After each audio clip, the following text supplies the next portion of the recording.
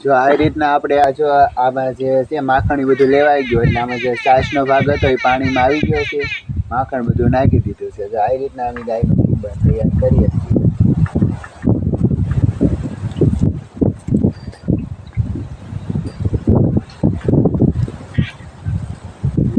જો આ રીતના બનાવ્યું છે. હવે જો આપણે ચાણા પણ ચાલુ જ છે એના અંદર અને આ ઘી બનાવે છે. હવે આમાં ઘી બનાવતા અમારે છે ને કમસે કમ 1.5 કલાક જેવું થાય છે, કારણ કે માટીનો પાટિયો છે અને છાણા છે. તો છાણા અને જો બહુ તાપ વધી જાય તો માટીઓ ફાટી જાય અને ઘી બધું ઢોળાઈ જાય. એટલા માટે અમારે ધીમા તાપે ઘી ગરમ કરવું પડે છે.